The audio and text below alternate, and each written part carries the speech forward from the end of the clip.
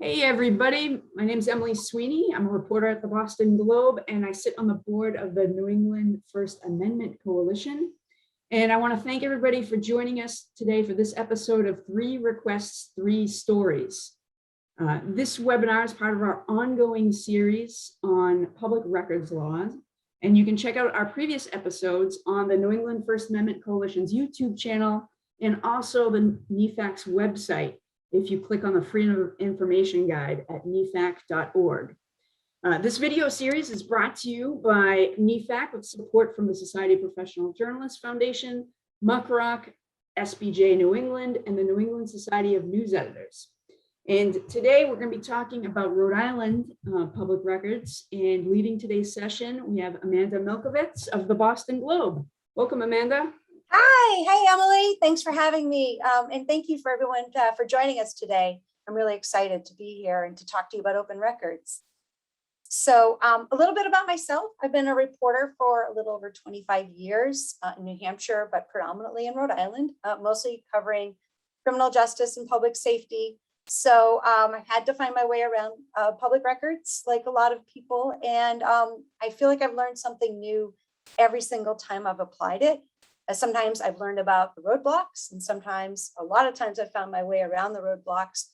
And so I would encourage you, if you're just learning about this session now, to start with the explanation or an introductory NEFAC video by Mark Friel. He discussed the introduction to Rhode Island's Access to Public Records Act and really walks through what's available and the exemptions. So I would start there.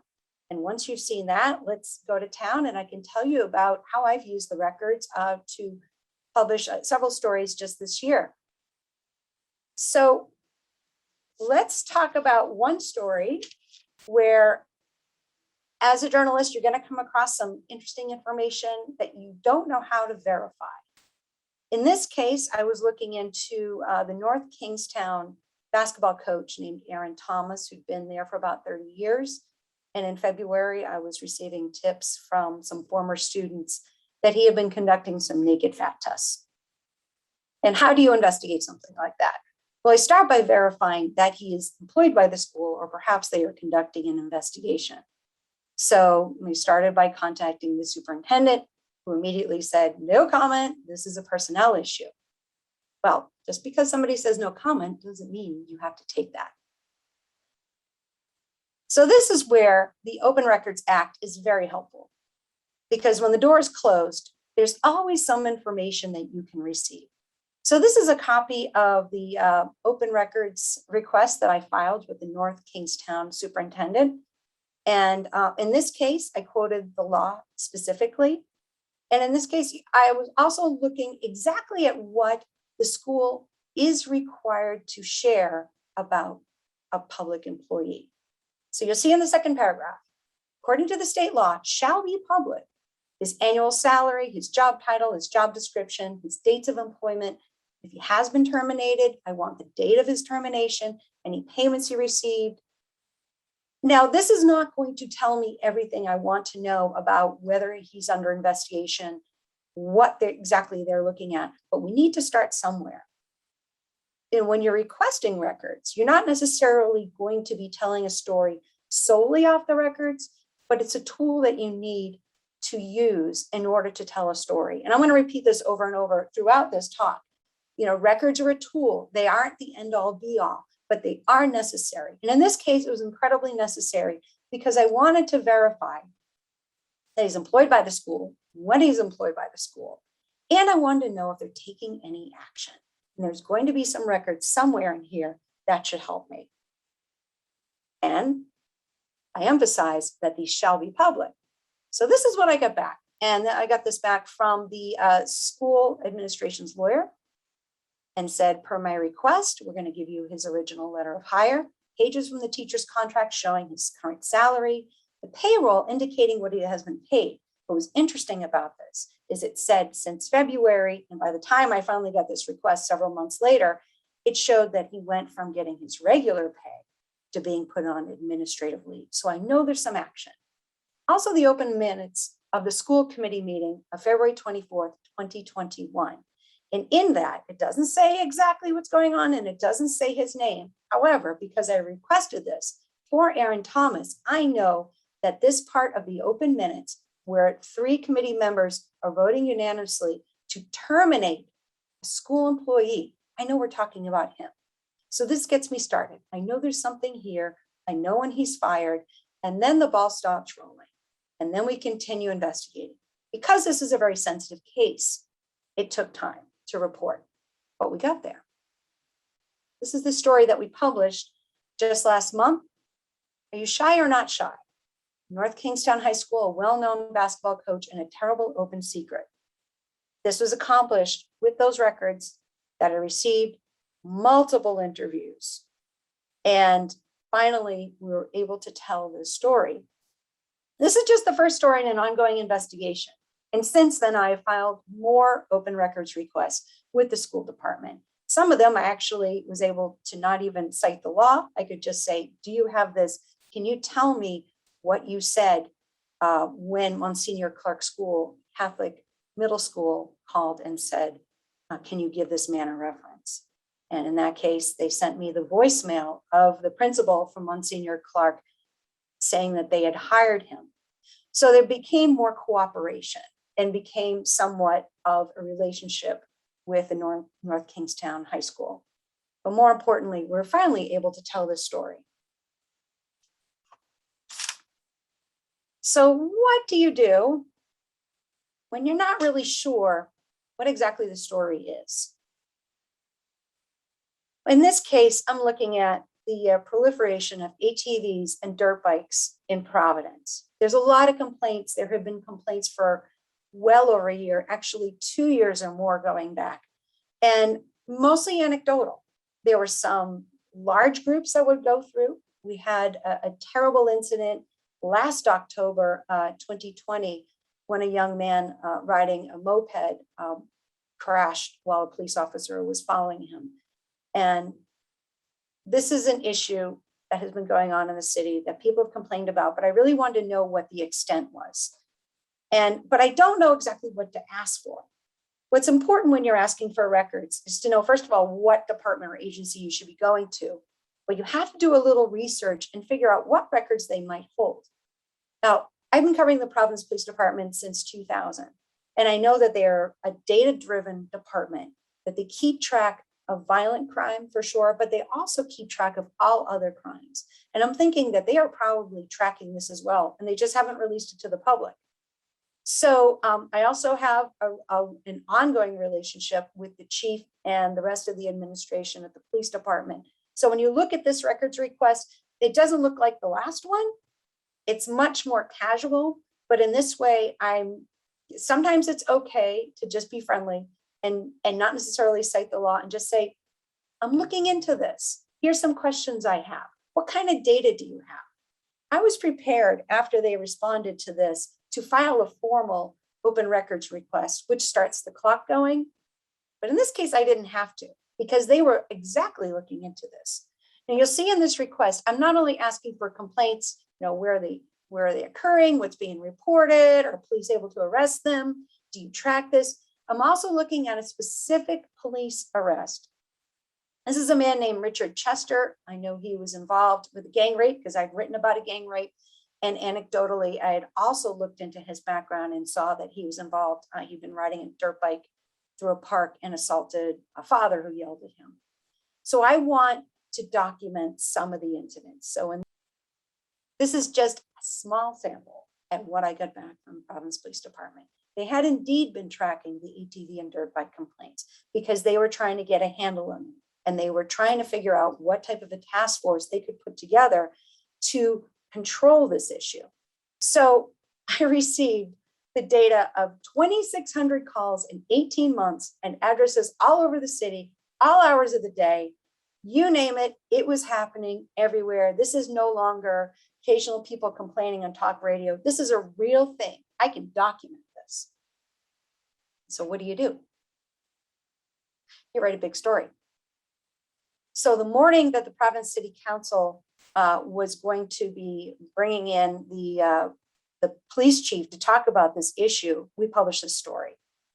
And we used all the dispatch call data to create maps and show the extent of complaints. And at this point, I'm going to give a shout out to the rest of that. You should subscribe to the NEFAC YouTube channel, because we've got all these great 30-minute tips and skills. And one of the things that NEFAC talks about is how to create maps and how to use this type of data. So definitely check it out.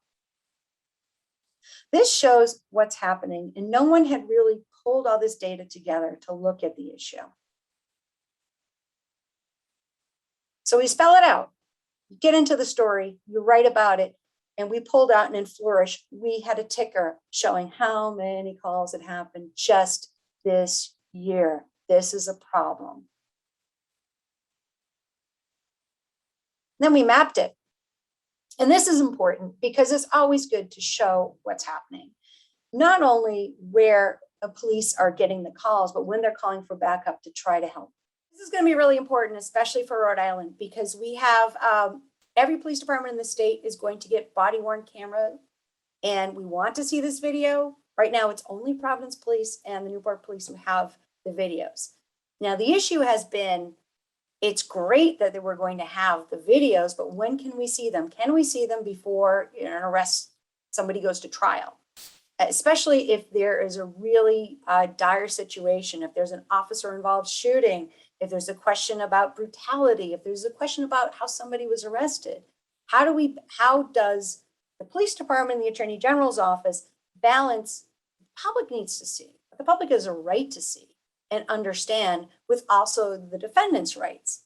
So last year, Attorney General Peter Noronha went to the Supreme Court, the ethics panel, and asked that very question. So police departments were coming to the Attorney General in Providence and Newport were coming to the Attorney General's office and saying, well, when can we release these videos?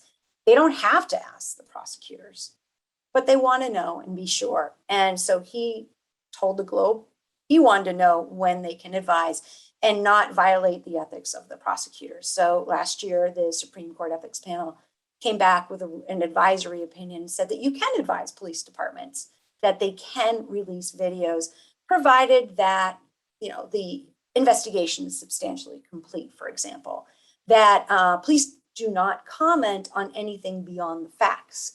Nobody wants their opinion before the trial. You protect the privacy of confidential informants. You protect the privacy of police tactics. So things like that. Now that's important because we had an issue this summer when there were reports that 3 teenagers riding around with BB guns were arrested, and there was a lot of questions about brutality of how they were arrested at the end of this. So this is when we're all of us in the media crowding together and saying, we want to see the body-worn cameras. We want to see the video from the body-worn cameras of those arrests. We want to see for ourselves what happened. And the mayor and the police commissioner had also come back and said that the video is really appalling, but they don't want to show us. I want to see it. This is the request that I filed.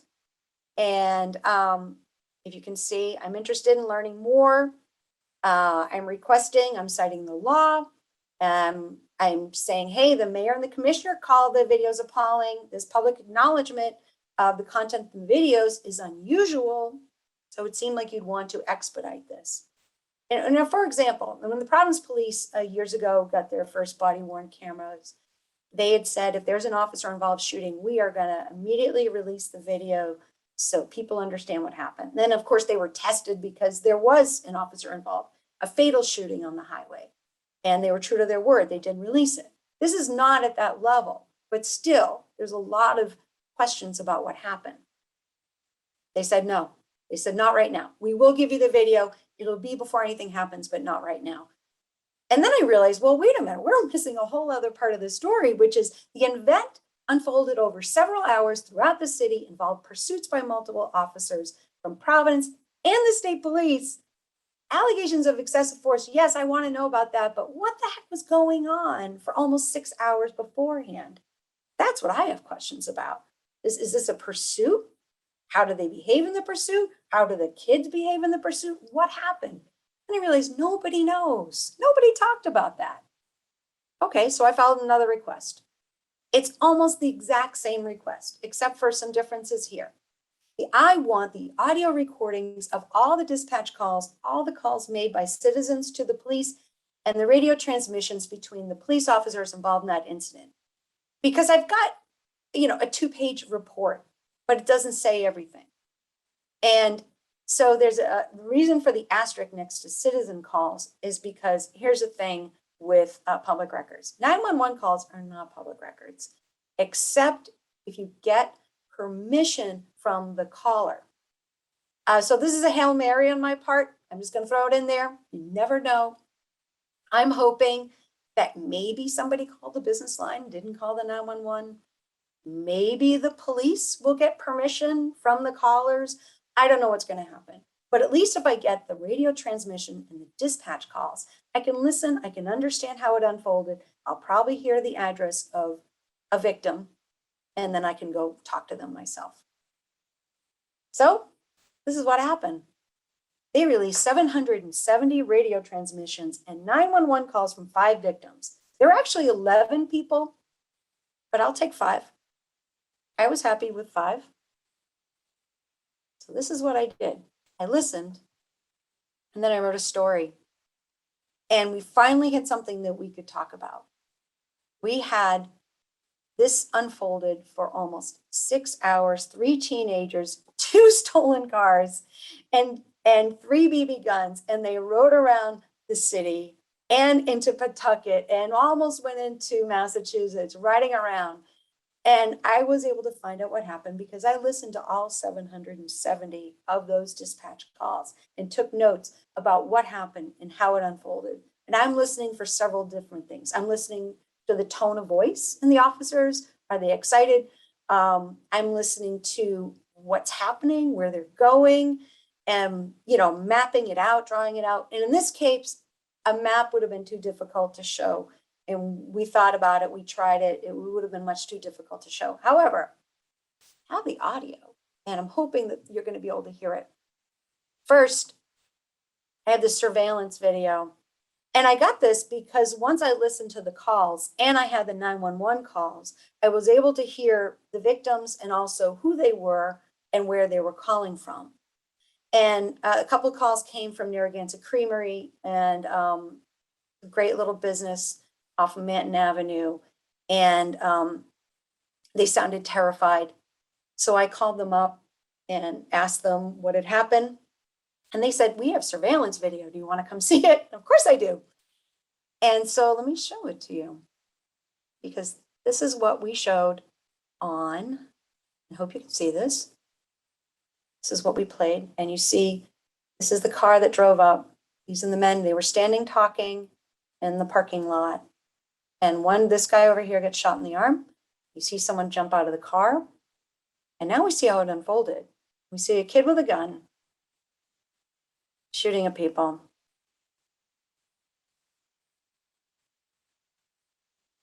Guy tries to hide. And then more people jump out of the vehicle. And there's another gun. And chases them around. So now I know a lot more about what happened. And so will the public. Let's see if I can get to the next slide. This is part of the story.